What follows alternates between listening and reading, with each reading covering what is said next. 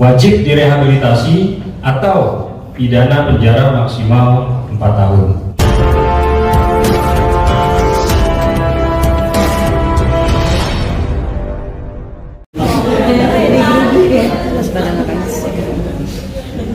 Belum kelihatan.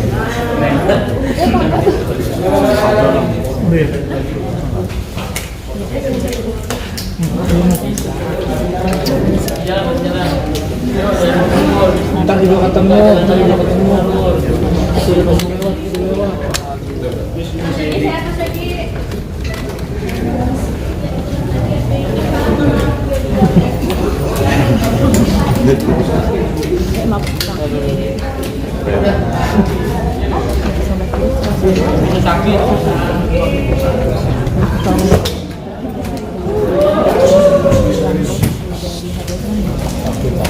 Siapa Epinya nggak ada? Ya gimana sih? Masih aja tadi Kang Epi kok.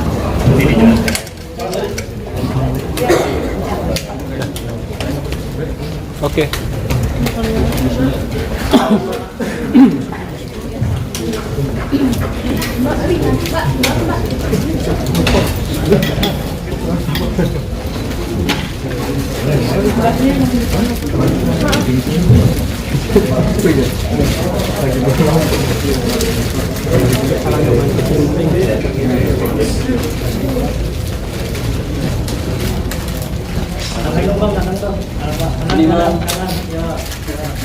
Tengah bang. Kanan lagi, Pak. Tengah bang. Kiri, Bang. Kiri bang. Ya, dia bang. Madam tahu. Kanan, Bang. Madam ada. Atas bang. Dan tengah dan tengah. Kanan lagi, Bang. Oke. Kanan lagi. Tengah dong bang. Tengah sekali lagi, 1, 2. Oke. Ya.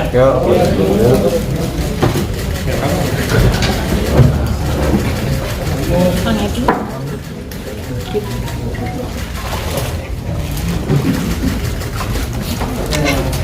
Titik, jangan tahu mbak.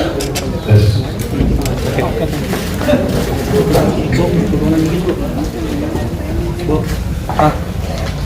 mulai ya. Oke siap. Bismillahirrahmanirrahim. Assalamualaikum warahmatullahi wabarakatuh. Waalaikumsalam. Sore dan salam sejahtera bagi kita sekalian yang saya hormati rekan-rekan media dari Pokja Polres Metro Jakarta Barat, Bapak Kapolres, Satres Narkoba, Kanit. Hadirin sekalian, pada sore hari ini kami dari Polres Metropolitan Jakarta Barat akan menyampaikan hasil pengungkapan tindak pidana narkotika jenis ganja yang melibatkan pabrik figur oleh Satuan Reserse Narkoba Polres Metro Jakarta Barat. Berdasarkan laporan polisi nomor 5 Romawi 2024 tanggal 9 Mei 2024, di mana tindak pidana narkotika setiap orang yang tanpa hak atau melawan hukum menanam, memelihara, memiliki, menyimpan, menguasai atau menyediakan narkotika golongan 1 dalam bentuk tanaman atau setiap pengguna narkotika golongan 1 bagi diri sendiri sebagaimana dimaksud dalam pasal 111 ayat 1 junto pasal 127 ayat 1 huruf A Undang-Undang Republik Indonesia nomor 35 tahun 2009 tentang narkotika.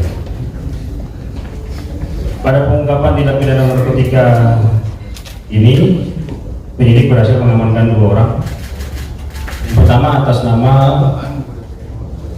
RYH alias YG, dan yang kedua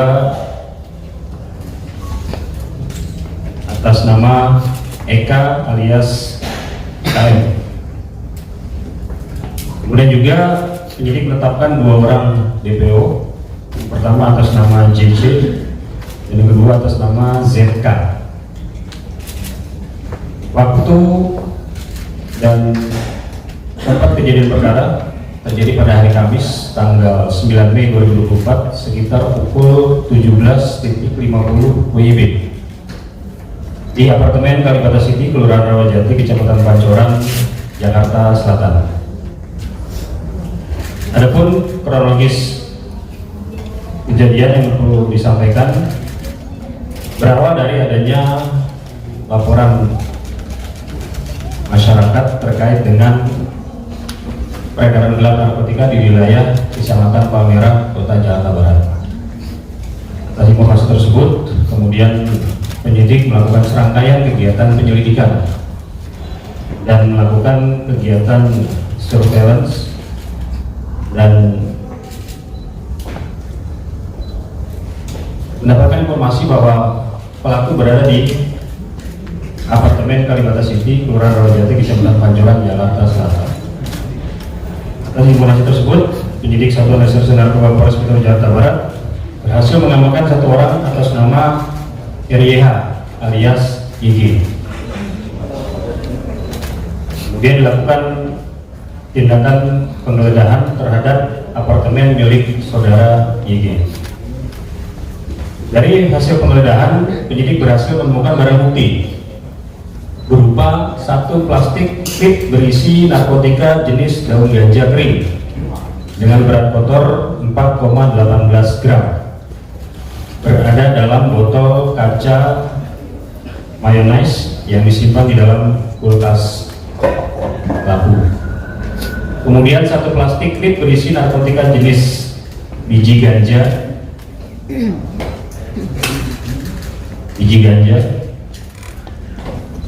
dengan berat kotor 8,16 gram yang disimpan dalam bungkus rokok warna biru putih serta ditemukan 3 kertas papir. Di samping itu juga turut disita satu buah handphone warna hijau yang digunakan pelaku untuk memesan narkotika jenis ganja tersebut.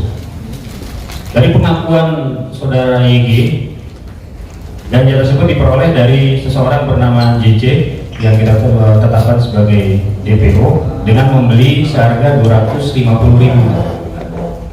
Di mana dari berdasarkan pengakuan YG ini 250.000 ganja yang diperoleh dari JC itu bisa menghasilkan kurang lebih sekitar 10 linting ganja. Kemudian dari pengakuan YG itu sendiri, yang bersangkutan mengkonsumsi ganja untuk kepentingan pribadi, artinya mengkonsumsi sendiri. Nah, berhubung si saudara YG ini berteman dengan saudara Eka, di mana YG dan Eka sama-sama mengelola rumah makan di kawasan apartemen Kalibata tersebut. Dan beberapa kali Eka meminta atau menanyakan ganja kepada saudara YG.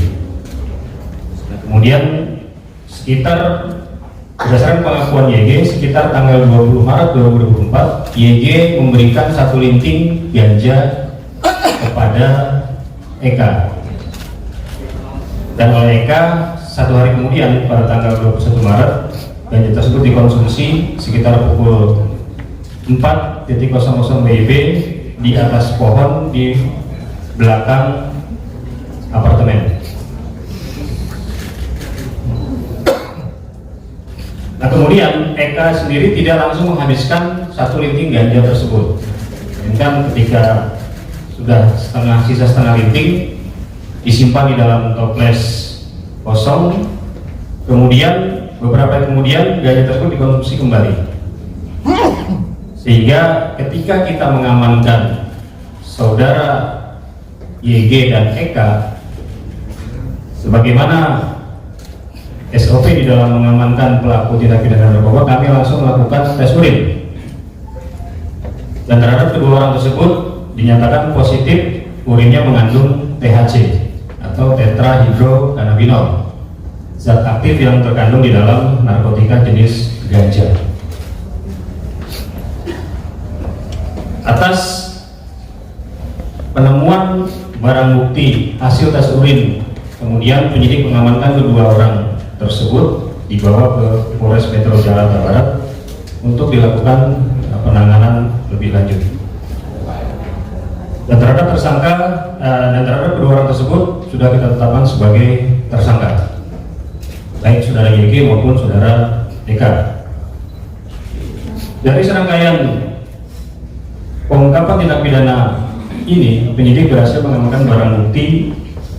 Yang pertama, narkotika jenis ganja dengan berat 12,34 gram dengan perincian daun ganja kering seberat 4,18 gram dan narkotika jenis biji ganja seberat 8,16 gram. Ini perlu juga disampaikan bahwa biji ganja termasuk juga bagian daripada ganja. Berdasarkan Peraturan Menteri Kesehatan Nomor 30 Tahun 2023 tentang perubahan golongan narkotika, disebutkan bahwa tanaman ganja termasuk dalam genus cannabis, dari mulai tanaman, biji, jerami, termasuk hasil olahan yang berupa damar ganja maupun hasil itu termasuk pada golongan tanaman ganja. Kemudian penyidik juga berhasil mengamankan 3 pak kertas papir, kemudian 1 buah botol kaca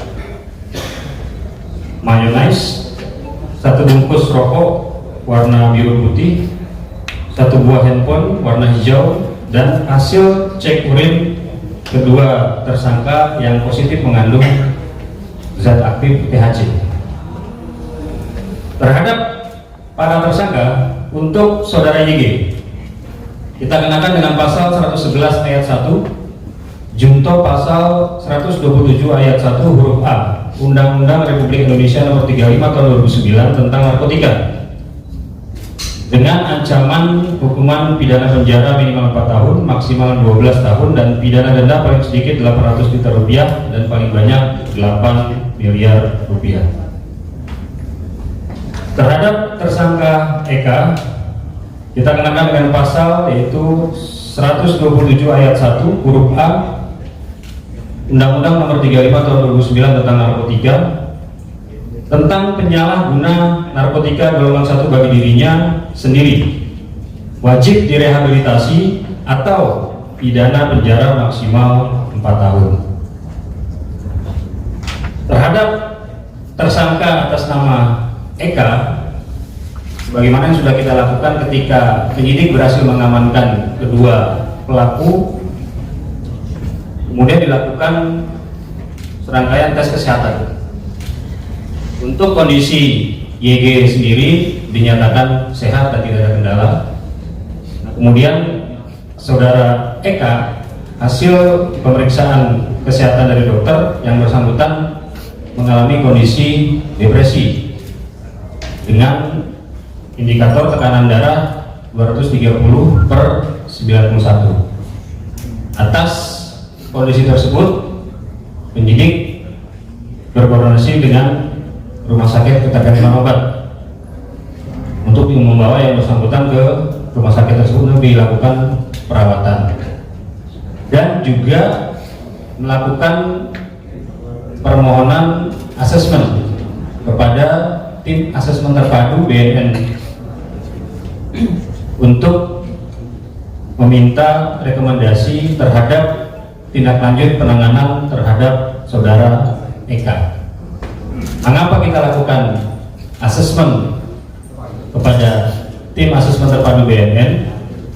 Karena saudara Eka ini positif menggunakan ganja, namun yang bersangkutan tidak kedapatan memiliki barang bukti yang ada padanya.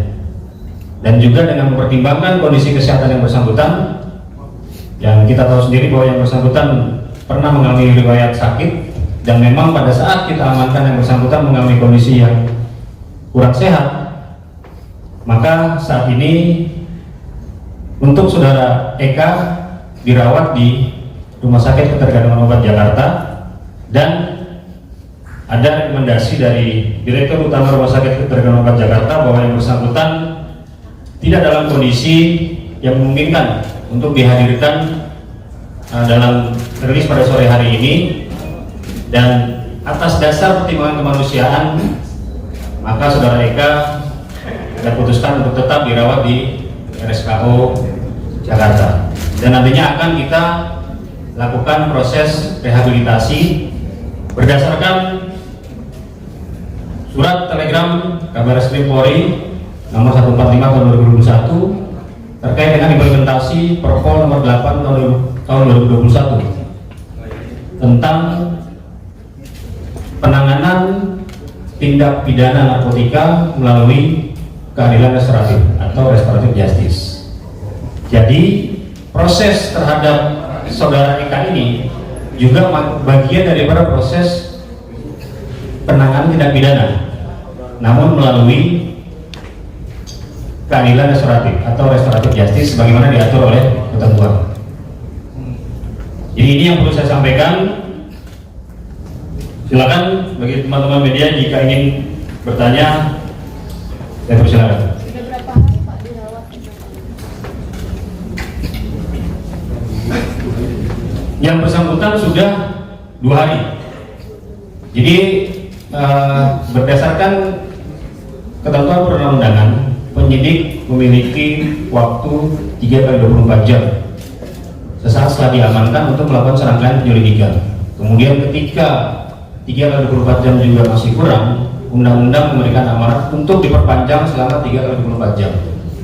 Sehingga selama 6 hari penyidik memiliki waktu untuk melakukan serangkaian kegiatan penyelidikan juga observasi terhadap para pelaku, termasuk saudara Eka itu sendiri. Jadi ketika kita masih memiliki waktu proses penyelidikan terkait perkara ini, maka sejak 2 hari yang lalu saudara Eka kita bawa ke rumah sakit ketergantungan obat di Fatmawati. Dan kondisinya sekarang seperti apa, Dan? Motif saudara Eka untuk menggunakan narkoba itu apa? Ya, motifnya untuk dikonsumsi secara pribadi, karena memang dari pengakuan saudara YG sendiri beberapa kali saudara Eka ini meminta agar saudara YG ini memberikan ganja kepada Eka. Ditanyakan untuk apa? Ya, untuk saya pakai sendiri. Jadi memang motifnya adalah untuk mengkonsumsi secara pribadi. Pak Kapolres, berarti bukan karena penyakitnya yang dialami keluarga mengonsumsi itu ya? Bukan. Si Eka ini, tapi kondisinya sampai 2 hari sampai saat ini seperti apa kondisinya? Kan sudah diperiksa oleh RSKU sendiri, seperti apa? Iya. Ini kami mendapatkan surat dari Direktur Utama Rumah Sakit bahwa sampai hari ini memang disampaikan bahwa kondisi kesehatan yang bersangkutan belum stabil atau belum membaik. Hingga atas dasar inilah dengan pertimbangan juga aspek kemanusiaan, maka saudara Eka tidak kita hadirkan dan tetap dirawat di Rumah Sakit RSKU Jakarta. Pak, itu saudara Eka itu sendiri sudah mengkonsumsi narkoba itu sudah berapa lama? Berdasarkan pengakuan YG, baru tanggal 20 Maret itu ganja tersebut diberikan atau diserahkan YG kepada Eka, dan Eka pun juga mengakui baru sekali itu dia mengkonsumsi ganja tersebut. Pak, 2 hari dirawat. Atau YG menjualnya atau memberi Pak? Memberi. Tadi dia membelinya dari si DPO atas nama JC 250.000, kemudian kan dapat 10 linting, 1 linting diserahkan kepada YG Proses- sendiri menjual juga atau hanya menggunakan untuk kebutuhan pribadinya. Pak, izin Pak, untuk YG sendiri sudah berapa lama Pak dan sampai dia memberikan rekomendasi ganja itu ke Eka Pak? Berdasarkan pengakuan saudara YG yang bersangkutan sudah 6 bulan. Sudah 6 bulan mengkonsumsi ganja dan sudah 10 kali bertransaksi. 10 kali bertransaksi memberi ganja kepada saudara JC yang kita tetapkan sebagai DPO. Misalnya mungkin apa mau coba-coba atau Iya. YG itu tadi untuk dikonsumsi secara pribadi. Pak, Kapolres. Enggak, hanya untuk dikonsumsi. Ada kemungkinan tersangka lain yang diajak sama YG nggak Pak selain Eka Pak? Untuk Iya, di sini kan ada 2 DPO yang sudah kita tetapkan atas nama JC dan ZK. JC itu yang mengantar YG membeli barang kepada JC, kemudian barang tersebut diantar oleh ZK. Pak, Jadi ada kurirnya atas nama ZK. Berarti dia memberi barang hanya untuk Eka aja untuk saat ini Pak? Iya, hanya 1 orang kepada si Eka itu aja. Pak Eka dirawat 2 hari itu, dia dibawa ke rumah sakit berarti sejak kapan dan akan dirawat sampai kapan Pak? Dan kemudian apakah dia sebelumnya sudah menunjukkan tanda-tanda depresi ketika diperiksa itu? Iya, kan tadi sudah saya sampaikan, setelah kita amankan, kita lakukan tes kesehatan. Tes kesehatan yang bersangkutan mengalami sedikit demam dan juga tekanan darahnya tinggi, 230/91. Artinya dia dirawat sampai kapan Pak? Berarti Pak? Ya kita menunggu dari hasil keterangan dokter ini, karena sampai hari ini pun kita minta dihadirkan, dokter masih memberikan keterangan yang bersangkutan belum bisa dihadirkan karena kondisinya belum stabil atau belum membaik. Kita menghindari hal-hal yang tidak diinginkan dan juga dengan pertimbangan kemanusiaan, maka yang bersangkutan kita putuskan tetap dirawat di rumah sakit RSKU. Pak, proses rehab itu sendiri apakah setelah melihat hasil kondisi yang lebih stabil kesehatan Eka sendiri atau seperti apa Pak? Iya, jadi prosedur terhadap rehab ini kan yang pertama dari hasil penyelidikan bahwa hasil pemeriksaan terhadap YG maupun Eka itu sendiri bahwa Eka baru pertama kali mengkonsumsi ganja, kemudian ganja yang dikonsumsi 1 linting dan hasil tes urinnya memang positif, namun tidak ada barang bukti lain yang ditemukan selain sama si YG ini, hingga si Eka ini memang tidak memiliki barang bukti ganja atau barang bukti narkotika yang lain. Nah, berdasarkan hal tersebut, maka kita putuskan kita mengajukan permohonan asesmen ke tim asesmen terpadu. Jadi keputusan rehabilitasi ini juga semata-mata bukan karena subjektivitas dari penyidiknya saja, tapi juga melalui serangkaian kegiatan koordinasi, baik ke BNN maupun kita melakukan gelar perkara dengan melibatkan Direktorat Reserse Narkoba Polda Metro Jaya. Hingga atas data tersebut memang kita sepakat, kita putuskan berdasarkan peraturan ketentuan perundang-undangan yang berlaku, maka terhadap saudara Eka ini kita lakukan rehabilitasi. Pak, berarti yang direhab itu saudara Eka doang apa saudara YG juga ikut direhab Pak? Hanya Eka saja. YG karena dia memegang barang bukti seberat 12,34 gram ganja, maka yang bersangkutan kita proses dan kita kenakan dengan pasal 111. Kapan rencananya bakal direhabnya Pak saudara Eka Pak mungkin Pak? Ini kan sudah masuk proses rehab. Dengan yang bersangkutan dirawat di RSKU sudah masuk ke proses rehab. Karena tadi kita punya kewenangan selama 6 hari. Setelah 6 hari kita wajib menentukan apakah yang bersangkutan kita rehab atau kita tetapkan sebagai tersangka.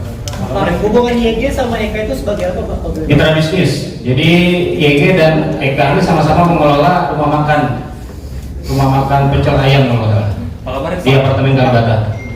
Izin untuk yang tadi kan ada barang bukti yang biji ganja itu ya. Nah itu biji ganja itu apakah memang nanti niatnya untuk ditanam atau memang pada akhirnya itu memang cuma buat dikonsumsi aja?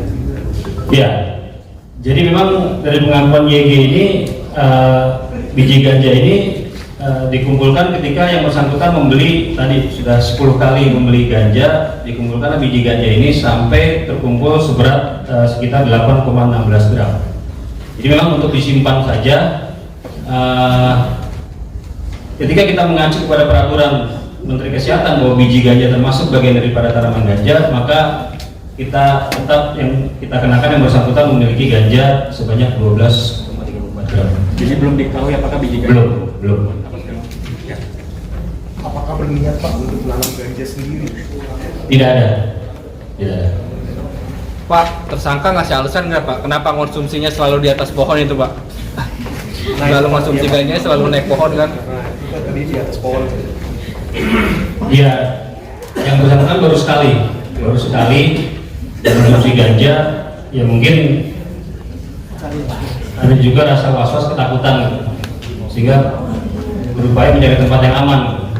Tapi jauh Pak dari apartemennya. Di belakang apartemen. Agak jauh jaraknya. Di belakang apartemen, nggak jauh. Pak, kemudian kenapa YG memberikan ganja itu kepada Eka? Apakah itu sekali minta atau berkali-kali gitu? Baru sekali di tanggal 20 Maret itu. Dan alasannya dikasih ke Eka apa Pak mungkin Pak? Ya karena Eka minta terus, nagih terus kepada saudara YG berkali-kali. Karena sudah berkali sering menanyakan, meminta, akhirnya YG memberikan 1 linting ganja pada Eka. Ada tindak pencegahan juga nggak dari YG ke Eka buat udah mau usah pakai gas? Ya awalnya kan ditolak, awalnya YG nggak mau kasih, cuma karena sering ditanya, diminta, akhirnya diberikanlah 1 linting.